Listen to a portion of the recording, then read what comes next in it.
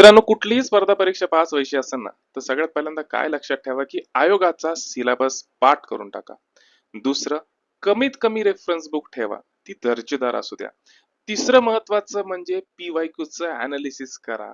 कुठलाही टॉपिक जर तुम्हाला सुरू करायचा आहे तर त्याच्या अगोदर PYQ वाचून घ्या, चाळून घ्या. त्याच्यामुळे तुम्हाला कळणार आहे की त्या टॉपिक मध्ये आयोगाला कितपत इंटरेस्ट आहे आणि परीक्षक त्या ठिकाणी कशा प्रकारे प्रश्न विचारतोय आणि जे पाहिजे तेच वाचतं माणूस आणि फापड पसारा टाळतं. याला म्हणायचं टॉपरची स्ट्रॅटेजी.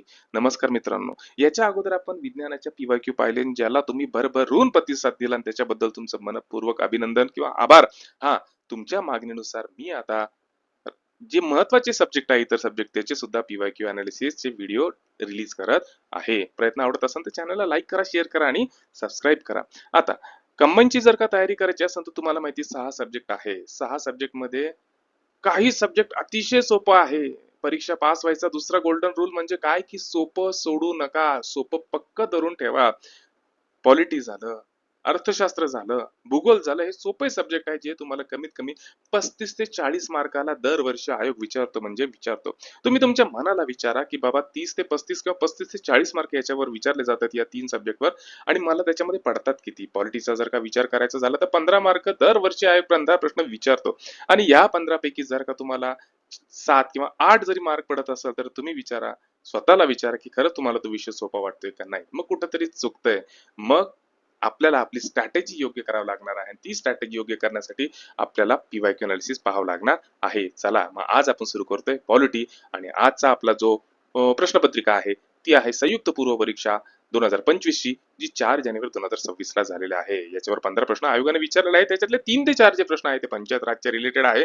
बाकी 10 ते 11 प्रश्न हे डायरेक्ट घटनेवरून विचारलेले आहे. बेस्ट पुस्तक तुम्हाला सांगू तयारी करायची असेल तर रंजन गोळंबे सरांचं पुस्तक एकदम बेस्ट आहे. ते पहिल्यांदा पाया म्हणून पक्का करून टाका, त्याच्यानंतर तुम्हाला इतर रेफरन्स बुक वाचता येतील. चला मग आता आपण पाहू पहिला प्रश्न आपला. पहा बरं, जमतो का प्रश्न 15 सेकंदामध्ये. राज्यघटनेमध्ये आयोग मोजक्याच टॉपिकवर प्रश्न विचारत असतो आणि त्यातला हा त्याचा आवडता टॉपिक. आवडता टॉपिक कसं, तर 73वी घटना दुरुस्ती आणि 74वी घटना दुरुस्ती हा प्रश्न त्याच्याशीच रिलेटेड आहे.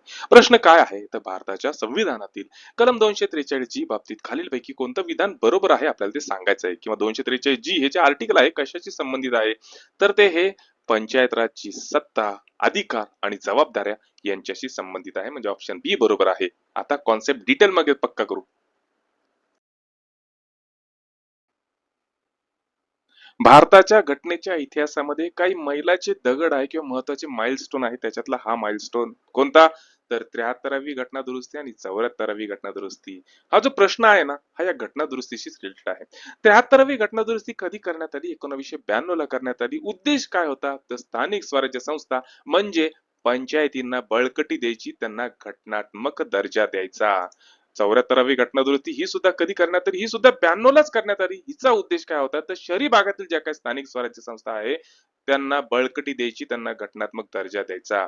या 73व्या घटना दुरुस्तीनुसार भाग 9 आणि 11व परिशिष्ट जोडण्यात आलं. याच्यामध्ये या 11व्या परिशिष्टात एकूण 29 विषय आहे आणि या घटना दुरुस्तीनुसार आर्टिकल 243 पासून 243 ओ पर्यंत नवीन कलम किंवा नवीन आर्टिकल जोडण्यात आलं.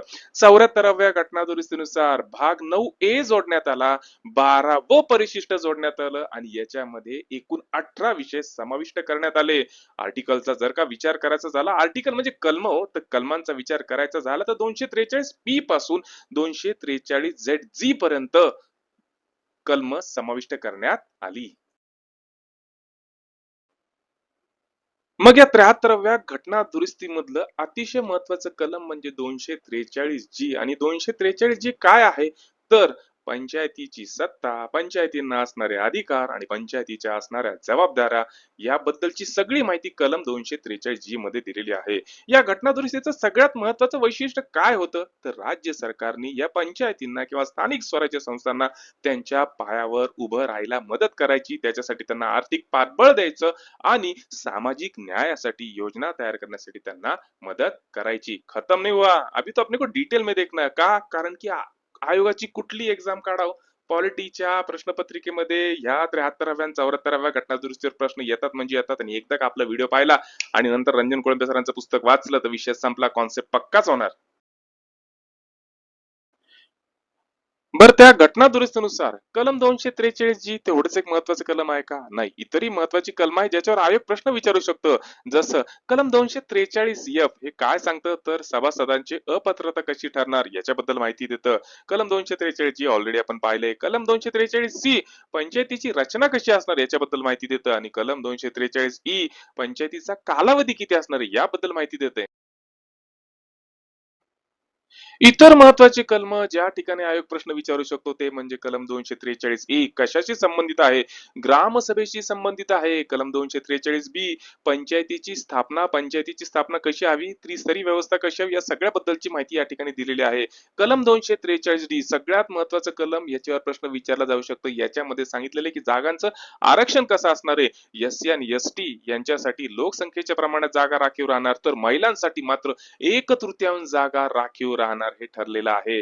आणि कलम 243F काय सांगतंय, तर सदस्याच्या अपात्रतेबद्दलची माहिती देतं. जर तुम्हाला पंचायतीवर निवडून जायचं असेल तर तुम्हाला किमान 21 वय तरी पूर्ण करावं लागणार आहे. तुम्ही म्हणता की या एकाच प्रश्नावर एवढा वेळ तुम्ही का देताय? कारण की आयोगाचा हा सगळ्यात आवडता टॉपिक आहे. आयोग 1 ते 2 वर्षांनी नेहमी प्रश्न विचारत असतो.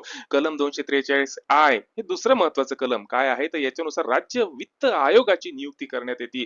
उद्देश काय? अहो, पंचायतीला तिच्या पायावर उभं करायचं, आणि पायावर उभं करायचं असेल तर याच्यासाठी राज्यपाल दर 5 वर्षांनी राज्य वित्त आयोगाची स्थापना करत असतो. प्रमुख कार्य काय आहे, तर राज्य शासन आणि पंचायती यांच्यामध्ये कराच्या उत्पन्नाची वाटणी करायची, आणि राज्याच्या संचित निधीतून कन्सोलिडेटेड फंड मधून पंचायतींना किती निधी द्यायचा हे ठरवायचं. हे काम कशाद्वारे केलं जातं, तर राज्य वित्त आयोगाकडून केलं जातं. याच्या बरोबरच आणखीन एक महत्वाचं कलम, कलम 243 आर्टिकल 243 कशाशी संबंधित आहे, तर राज्य निवडणूक आयोग स्टेट इलेक्शन कमिशनशी संबंधित आहे. काय काम आहे याचं?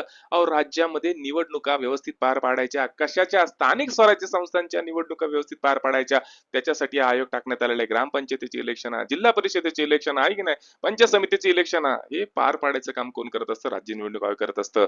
याच्यासाठी एक निवडणूक आयुक्त असतो ज्याची नियुक्ती राज्यपाल करत असतो. हा काय करत असतो? निवडणुकीसंबंधीची सगळी कामं करत असतो.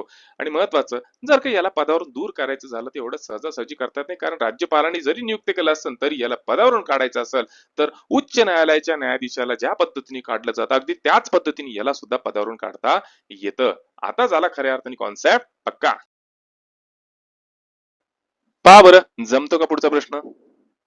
सोपा प्रश्न आहे. हा दुसरा लॉलीपॉप टॉपिक आयोगाला नेहमी आवडतो. महाधिवक्ता नेहमी प्रश्न विचारणार, येणार म्हणजे येणार 100% 1 मार्काला. काय दिलेलं आहे या ठिकाणी, तुम्हाला बरोबर विधान काय आहे ते ठरवायचं आहे. पहिलं विधान आहे की 1 मे 1960 रोजी महाराष्ट्र राज्याच्या स्थापनेच्या वेळेसच महाराष्ट्र राज्याचं महाधिवक्ता कार्यालय अस्तित्वात आलं होतं. दुसरं, महाधिवक्त्याची नियुक्ती कलम 145 नुसार होती. आणि तिसरं, बिरेंद्र सराफ हे महाराष्ट्राचे महाधिवक्ता आहे ऑगस्ट 2025 पासून. तिन्हीच्या तिन्ही विधानं बरोबर आहे. कशी ते आता पाहू. आयोगाचा लाडका टॉपिक म्हणल्यावर याच्यावर आपल्याला वेळ द्यावा लागणार की नाही? द्यावा लागणार. 1 मे 1960 महाराष्ट्राची स्थापना झाली. अगदी त्याच वेळेस महाराष्ट्र राज्य महाधिवक्ता म्हणजे ऍडव्होकेट जनरल ऑफ महाराष्ट्र याचं कार्यालय सुद्धा सुरू झालं होतं. हे कोण आहे हो? महाराष्ट्र राज्य महाधिवक्ता म्हणजे काय? अहो, शासनाचा वकील, शासनाची कोर्टामध्ये बाजू वाटणारा वकील म्हणजे कोण? तर महाराष्ट्र राज्याचा महाधिवक्ता. नियुक्ती जी आहे ती कलम 165 नुसार होते. 1000 वेळेस परीक्षेला आलेला प्रश्न आहे. नियुक्ती कोण करतं? राज्यपाल करतो. पात्रता, उच्च न्यायालयाचे न्यायाधीश होण्यासाठी जी पात्रता लागती तीच पात्रता यासाठी लागती. कालावधी, राज्य घटनेमध्ये कुठल्याही प्रकारचा कालावधी दिलेला नाही. राज्यपालाची मर्जी आहे ना, तोपर्यंत तो राहणार. एक सरकार बदललं, दुसरं सरकार आलं तर शक्यतो ते त्यांचा वकील सुद्धा बदलतो.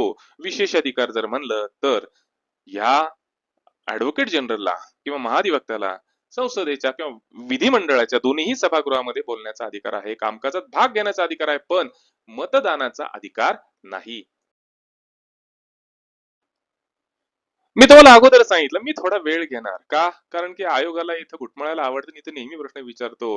हा, कन्फ्युजन कुठं होतं? महाधिवक्ता आणि महान्यायवादीमध्ये, आणि आयोग इथं नेहमी प्रश्न विचारतो, इथंच विचारतो. महाधिवक्ता म्हणजे कोण? अहो, आपल्या राज्य शासनाचा वकील. आणि महान्यायवादी म्हणजे कोण? अहो, केंद्र शासनाचा वकील. ज्याला आपण इंग्लिशमध्ये अटॉर्नी जनरल म्हणतो, याच्यासाठी कलम 76, महाधिवक्त्यासाठी कलम 165. याचं पद काय? तर देशातला सर्वोच्च कायदा अधिकारी. याचं पद काय? राज्यातला सर्वोच्च कायदा अधिकारी. नियुक्ती इकडे राष्ट्रपती करतात, इकडे राज्यपाल करतात. इथं पात्रता काय? इथं सर्वोच्च न्यायालयाचा न्यायाधीश व्हायला जी काही पात्रता लागणार आहे, ती पात्रता तुम्हाला भारतीय न्यायवाद्यासाठी, महान्यायवाद्यासाठी लागणार आहे. तर महाधिवक्त्यासाठी हायकोर्टाचा न्यायाधीश होण्यासाठी जी पात्रता लागणार आहे, ती लागणार आहे. मर्जी, कालावधी, इथं राष्ट्रपतीची मर्जी असेपर्यंत, इथं राज्यपालांची मर्जी असेपर्यंत. इथं राजीनामा कोणाकडे देतात? राष्ट्रपतींकडे देतात. इथं राजीनामा राज्यपालांकडे दिला जातो. पगार कोण ठरवतं? तर इथं राष्ट्रपती ठरवतात महान्यायवादीचा पगार, आणि महाधिवक्त्याचा पगार हा राज्यपाल ठरवत असतो. त्याच्यानंतर नेहमीप्रमाणे हे मतदान करू शकत नाही, पण दोन्ही सभागृहामध्ये भाग घेऊ शकतात. यांचे दोघांचे अधिकार हे कॉमन आहे. हा, दुसरं महत्वाची गोष्ट म्हणजे काय? हे सरकारचे वकील आहे. बरोबर आहे. त्याच्यामुळे हे स्वतः कोणते खटले लढू शकत नाही. काही अपवाद आहे, आपण ते डिटेलमध्ये पुढे पाहणारच आहोत. बरं, या दोघांचं पद म्हणजे कसं आहे? बिनपगारी फुल अधिकारी किंवा कमी पगारी फुल अधिकारी, दोघही सरकारी कर्मचारी नाहीत. त्यामुळे त्यांना खासगी वकिली करण्यास मनाई नसते. हा, पण ते सरकारच्या विरोधामध्ये खटला लढू शकत नाही. महाराष्ट्राचे पहिले महाधिवक्ता, खूप वेळेस प्रश्न आलेला आहे, कोण? तर HM सिरवई हे होते. आता खऱ्या अर्थाने कॉन्सेप्ट पक्का झाला. चला पहा बरं, जमतो का पुढचा प्रश्न? आयोगाचे मोजके टॉपिक कोणते हो? पॉलिटी बद्दल, मूलभूत हक्क, मूलभूत कर्तव्य, मार्गदर्शक तत्व, घटनेची निर्मिती, कुठून काय घेतलेले ते, त्याच्यानंतर नागरिकत्व, बरोबर आहे. त्याच्यानंतर महाधिवक्ता. अहो, 10 ते 15 टॉपिक आहे की ज्याच्यावर आयोग कंबाईनला प्रीला प्रश्न विचारत असतो आणि आपल्याला तेवढेच करायचे असतात. चला, वेळ संपलेला आहे. काय दिलेलं आहे की खालीलपैकी कोणतं कर्तव्य मूलभूत कर्तव्य नाही? ऑप्शन आहे 3. गरिबांना समान न्याय आणि मोफत कायदेशीर मदतीचा प्रचार करणे, हे ऍक्च्युली आर्टिकल 39 आहे आणि मार्गदर्शक तत्व आहे. बाकीचे उरलेले तिन्हीच्या तिन्ही जे आहे ना, हे मूलभूत कर्तव्य आहे. मूलभूत कर्तव्याचा कॉन्सेप्ट आता आपण पक्का करू. आयोग दरवर्षी एकतर मूलभूत कर्तव्यावरून प्रश्न विचारतो किंवा आलटून पलटून को आहे ना तो प्रश्न विचारतो. ही मूलभूत कर्तव्य आली कुठून? रशियाकडून. कुठल्या समितीच्या शिफारशीनुसार? तर स्वर्णसिंह समितीच्या शिफारशीनुसार, जी 1976 ला टाकण्यात आली होती. स्वर्णसिंह समितीने 8 मूलभूत कर्तव्यांबद्दल शिफारस केली होती, पण ऍक्च्युली सरकारने फक्त 6च मूलभूत कर्तव्य घेतली. या स्वर्णसिंह समितीने कर भरा हे एक महत्वाचं मूलभूत कर्तव्य सांगितलं होतं, पण हे काही सरकारने त्यावेळेस एक्सेप्ट केलं नाही. 42व्या घटना दुरुस्तीनुसार, जी 1976 ला झाली, त्यानुसार ही मूलभूत कर्तव्य घटनेमध्ये समाविष्ट करण्यात आली. त्यावेळेस सुरुवातीला 10 मूलभूत कर्तव्य होती. 11वं मूलभूत कर्तव्य जे आहे ते 86व्या घटना दुरुस्तीनुसार 2002 ला आपल्या घटनेमध्ये समाविष्ट करण्यात आलं, आणि याच्यावर आयोगाने 1000 वेळेस प्रश्न विचारलेला आहे. 11वं कर्तव्य काय आहे? तर 6 ते 14 वयोगटातील मुलांना त्यांच्या पालकांनी शिक्षणाची संधी उपलब्ध करून दिली पाहिजे. आता या मूलभूत कर्तव्यांचं वैशिष्ट्य काय? हे फक्त भारतीयांसाठी बंधनकारक नाही म्हणता येणार, हे भारतीयांसाठी आहे. हा, परकीयांनी ती पाळली नाही तरी चालतात. ही कर्तव्य न्यायप्रविष्ट नाहीत, म्हणजे त्यांच्या पालनासाठी कुठल्याच न्यायालयामध्ये थेट दाद मागता येत नाही. जनगणमन सुरू झालंय, एक कार्यकर्ता बसून आणि उरलेले सगळे उभे. म्हणजे काय? तर राष्ट्रगीताचा मान राखायचा हे मूलभूत कर्तव्य आहे, पण तो राखत नाही. याचा अर्थ काय? त्याला काही कोर्टात खेचता येणार का? नाही, कारण मूलभूत कर्तव्य बंधनकारक नाही. व्हिडिओ 2 मिनिटं पॉज करायचा आणि ही मूलभूत कर्तव्यांची यादी वाचून घ्यायची. ए सोबत काय आहे, बी सोबत काय आहे, सी काय, डी काय, कारण की आयोग जोड्या लावा म्हणून सुद्धा विचारतो. ठीक आहे. एका साईडला तुम्हाला एबीसीडी दिले जातं आणि दुसऱ्या साईडला तुम्हाला मूलभूत कर्तव्य दिले जातं, तर तुम्हाला योग्य जोड्या लावायच्या असतात. त्याच्यामुळे याचा स्क्रीनशॉट काढा. मित्रांनो, अभ्यास करायची सोपी पद्धत सांगू, काय नाही करायचं, याचा स्क्रीनशॉट काढायचा आणि याचा आता कुठला मित्र जर भेटला त्याला त्या दिवसातून 3-4 वेळेस हे मूलभूत कर्तव्य सांगून द्यायचे, विषय संपला, कॉन्सेप्ट पक्का होऊन जातो. या मूलभूत कर्तव्यांबाबत एक महत्वाचा आक्षेप घेतला जातो, तो काय की महत्वाची मूलभूत कर्तव्य समाविष्टच नाही, जसं कर भरणं नाही, कुटुंब नियोजन करणं नाही आणि मतदानाचा अधिकार बजावणं, हे सुद्धा मूलभूत कर्तव्यांच्या यादीमध्ये नाही. आता खऱ्या अर्थाने कॉन्सेप्ट पक्का झाला. मित्रांनो, इथपर्यंत प्रयत्न आवडला असेल ना, तर चॅनलला नक्की लाईक करा, शेअर करा आणि सबस्क्राईब करा. जर मनापासून इच्छा असेल परीक्षा पास व्हायची आणि जर तुम्हाला एखाद्या मेंटॉरची गरज असेल, तर आमच्या मेंटॉरशिप बॅचला नक्की जॉईन करा. आमच्या मेंटरशिप बॅचचा नंबर आहे 9657003561. बेसिक पासून सांगू की अभ्यास कसा करायचा, कुठले रेफरन्स बुक वाचायचे, कीवर्ड स्ट्रॅटेजी काय असणार आहे, PYQचं अनालिसिस कसं करायचं आणि आयोगाला जे पाहिजे तेच कसं वाचायचं, इच्छा असेल तर नक्की मला व्हॉट्सअप करा 9657003561 वर आणि बॅचला जॉईन करा. चला लेक्चर कंटिन्यू करू. पहा बरं जमतो का पुढचा प्रश्न. काय प्रश्न आहे तर महाराष्ट्राच्या मुख्यमंत्री पदावर सप्टेंबर 2025 पर्यंत सर्वाधिक काळ राहणारे मुख्यमंत्री कोण. तर पर्याय आहे 4 वसंतराव नाईक. कसं ते आता पाहू. सर्वाधिक काळ मुख्यमंत्री पदावर राहणारे वसंतराव नाईक 11 वर्ष 2 महिने 1963 पासून 1975 पर्यंत या पदावर होते. त्याच्यानंतर शरद पवार 7 वर्ष 5 महिने, देवेंद्र फडणवीस 5 वर्ष 1 महिना. हा यांच्यासाठी काय आहे विशेष की बाबा 5 वर्षाचा कार्यकाळ पूर्ण करणारे ते दुसरे मुख्यमंत्री आहे. आता झालं खऱ्या अर्थाने कॉन्सेप्ट पक्का. चला पहा बरं जमतो का पुढचा प्रश्न. 15 सेकंदाचा वेळ आहे, सोडवायचा प्रयत्न करा. एक टॉपिक आहे महत्वाचा. भारताची राजभाषा किंवा भारताची कार्यालयीन भाषा कलम 343 पासून 351 पर्यंत या राजभाषेबद्दल किंवा कार्यालयीन भाषेबद्दलच्या सगळ्या तरतुदी सांगितलेल्या आहे. आपण पुढच्या PYQ अनालिसिस मध्ये त्याचा डिटेल अभ्यास करणार आहे, कारण की त्या ठिकाणी प्रश्न परत येणार आहे. तर इथं प्रश्न काय विचारलेला आहे की खालीलपैकी कलम 349 मध्ये काय नमूद करण्यात आलेलं आहे. तर उत्तर एकदम सोपं आहे. भाषेसंबंधित काही कायदे लागू करण्याच्या विशेष प्रक्रिया म्हणजेच कलम 349. Concept clear.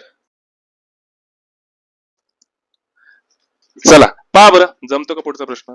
मोजकेच टॉपिक करा, तुम्हाला कंबाईनच्या प्री साठी सफिशियंट आहे. कोणते मोजके टॉपिक. एक म्हणजे काय घटना निर्मिती करा, प्रस्ताविका करा, त्याच्यानंतर भारतीय संघराज्य व्यवस्था करा.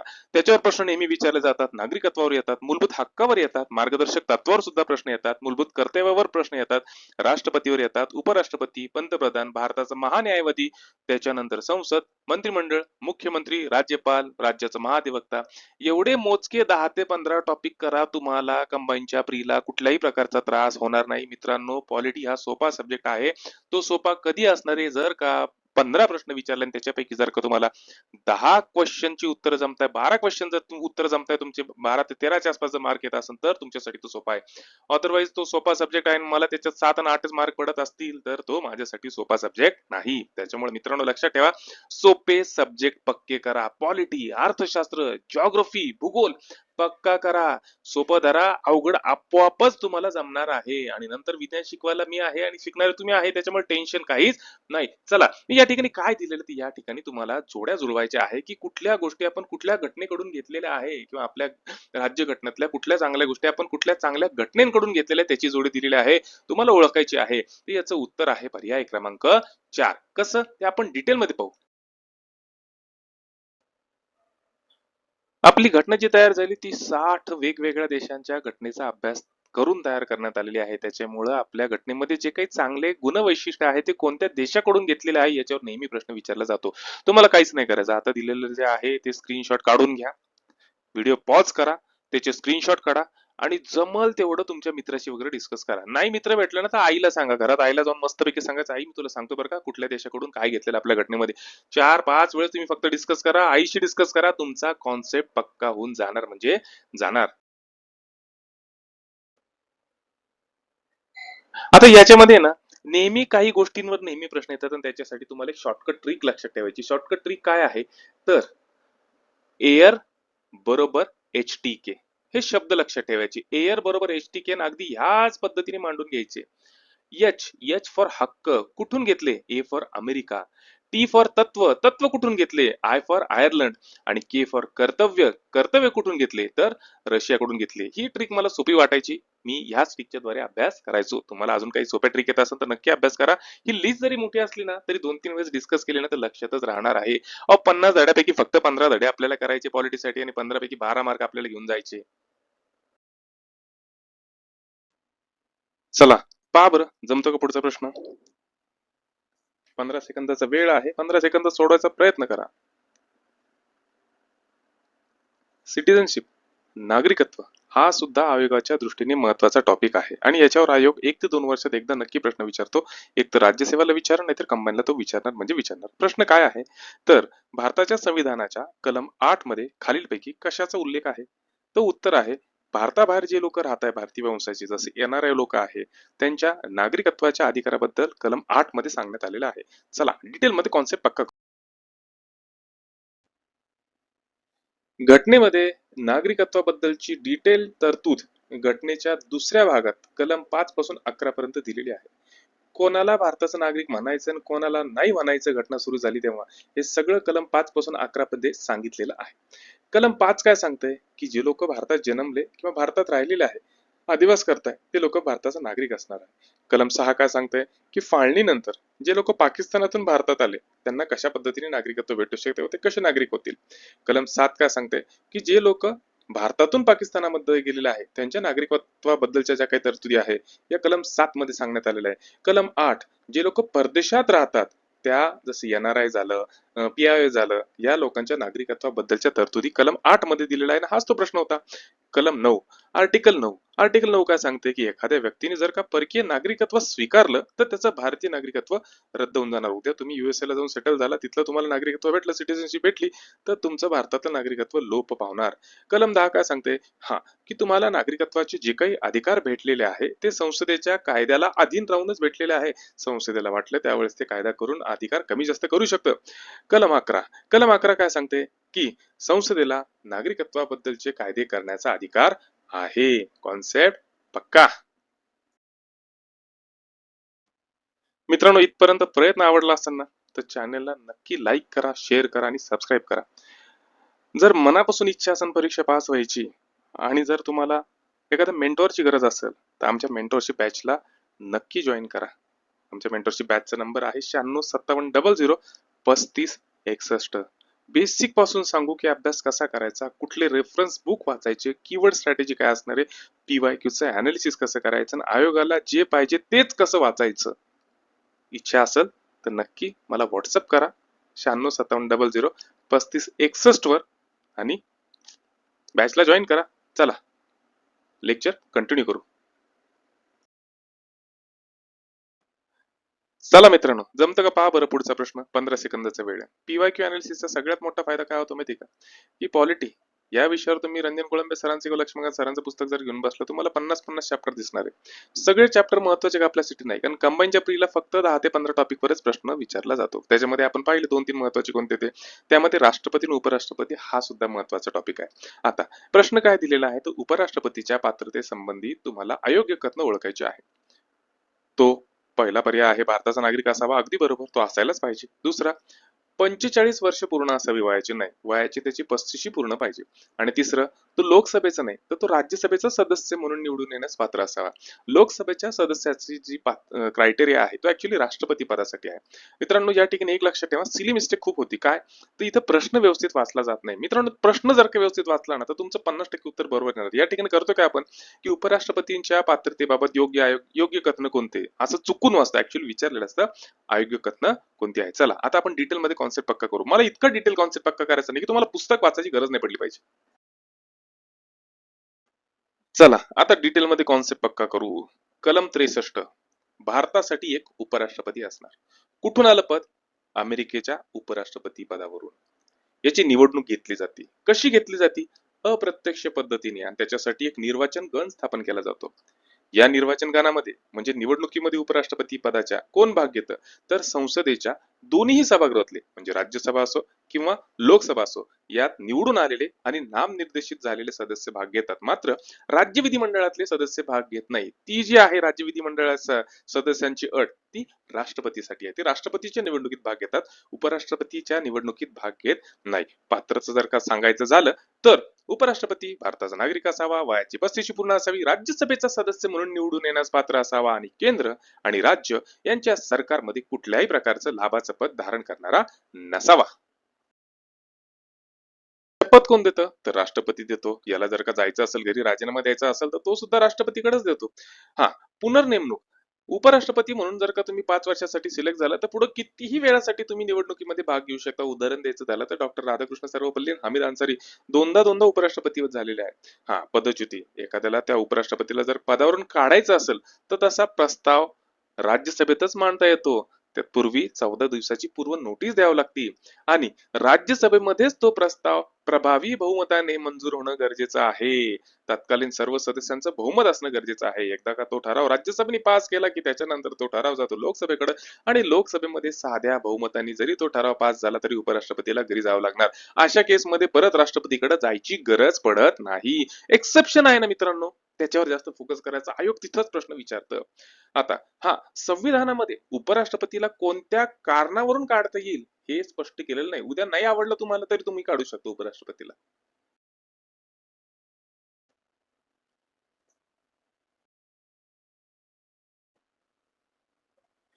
चला, या ठिकाणी काही कथन सांगितलेले आहे आणि तुम्हाला ते पाहायचंय की योग्य कथन कोणतं आहे पंतप्रधानाबद्दल. एकदम सोपं आहे. 15 सेकंदाचा वेळ आहे आणि उत्तर आपलं तयार आहे. काय सांगितलेलं आहे की पंतप्रधानाच्या भूमिकेबद्दल योग्य कथन सांगा. कोण काय म्हणतं? रॅमसे मूर म्हणतो की पंतप्रधान हा राज्यरूपी जहाजाचा सुकाणू चालक आहे. एकदम बरोबर. ग्रीव्हज म्हणतो सरकार हे देशाचे स्वामी आणि पंतप्रधान हे सरकारचे स्वामी. हे विधान सुद्धा बरोबर आहे. मुनरो म्हणतो पंतप्रधान हे ताऱ्यांमधला चंद्र. हे विधान सुद्धा बरोबर आहे. तिन्हीच्या तिन्ही विधान बरोबर आहे. कॉन्सेप्ट पक्का.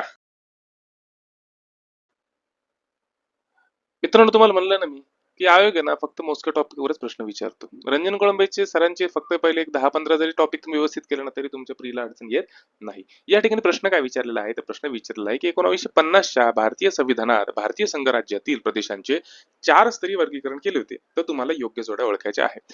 योग्य जोडी आहे भाग सी ब्रिटिश भारतातील मुख्य कमिशनरचे प्रांत आणि भाग डी अंदमान आणि निकोबार बेट. कसं ते डिटेलमध्ये आपण पाहू. मित्रांनो, जेव्हा देश स्वतंत्र झाला आणि घटनेला सुरुवात झाली 1950 ला त्यावेळेस संपूर्ण भारताचे 4 भागामध्ये वर्गीकरण केलेलं होतं. पहिलं होतं part A, part B, part C आणि पार्ट डी. पार्ट ए म्हणजे कोणते? तर असे राज्य जे ब्रिटिश गव्हर्नर कडून चालवले जायचे ते होते 9 राज्य. पार्ट बी म्हणजे कोणते? असे राज्य जे संस्थानांकडून चालवले जायचे, संस्थानिकांकडून चालवले जायचे, असे 9 राज्य होते. Part C, C for chief commissioner, म्हणजे असे राज्य की जे मुख्य आयुक्तांकडून चालवले जायचे, अशी एकूण राज्य होते 10.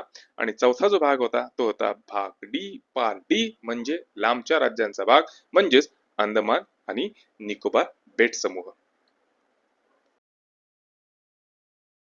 आता ही फोरफोल्ड डिव्हिजन जी होती ही वरवर जरी व्यवस्थित दिसत असेल तरी सुद्धा आर्थिक दृष्ट्या, प्रशासकीय दृष्ट्या आणि सांस्कृतिक दृष्ट्या ही डिव्हिजन अतार्किक होती. त्याच्यामुळे साहजिकच याच्या विरुद्ध लोकांमध्ये एक विरोध तयार झाला.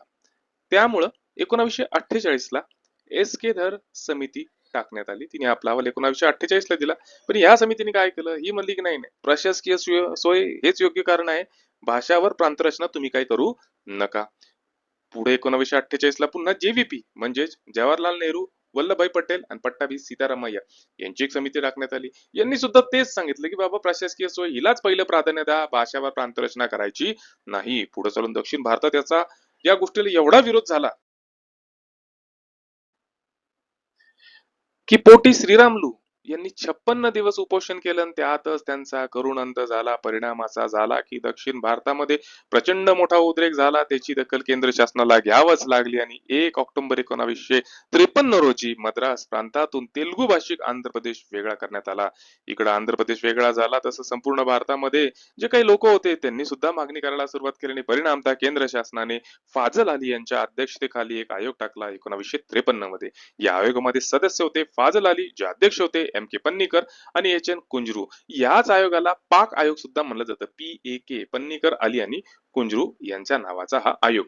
यांनी आपला अहवाल 1955 ला सादर केला आणि त्यांनी ठणठणून सांगितलं की ठीक आहे बाबा, भाषावर प्रांतरचना करायची तर करा, पण एक भाषा एक राज्य हे काही जमणार नाही. त्यांनी हेही सांगितले की आता फोरफोल्ड डिव्हिजन तुम्ही कॅन्सल करा, त्याच्याऐवजी तुम्ही 16 राज्य आणि 3 केंद्रशासित प्रदेशांची निर्मिती करा. भारत सरकारने यातल्या काही शिफारशी स्वीकारल्या आणि काही शिफारशी स्वीकारल्या नाही. पुढे भारत सरकारने 1955 मध्ये पुनर्रचना कायदा पास केला. त्याच्यानुसार 14 राज्य आणि 6 केंद्रशासित प्रदेश यांची निर्मिती करण्यात आली आणि त्याच्यासाठी 7वी घटना दुरुस्ती सुद्धा करण्यात आली. त्याच्यानुसार जी फोर फोल्ड सिस्टीम होती ती रद्द करण्यात आली आणि पहिल्या अनुसूचीमध्ये 14 राज्य आणि 6 केंद्रशासित प्रदेशांची यादी टाकण्यात आली. आता खऱ्या अर्थाने कॉन्सेप्ट पक्का झालेला आहे. मित्रांनो, इथपर्यंत प्रयत्न आवडला असेल ना तर चॅनलला नक्की लाईक करा, शेअर करा आणि सबस्क्राईब करा. जर मनापासून इच्छा असेल परीक्षा पास व्हायची आणि जर तुम्हाला एखाद्या मेंटॉरची गरज असेल तर आमच्या मेंटॉरशिप बॅचला नक्की जॉईन करा. आमच्या मेंटॉरशिप बॅचचा नंबर आहे 9657003561.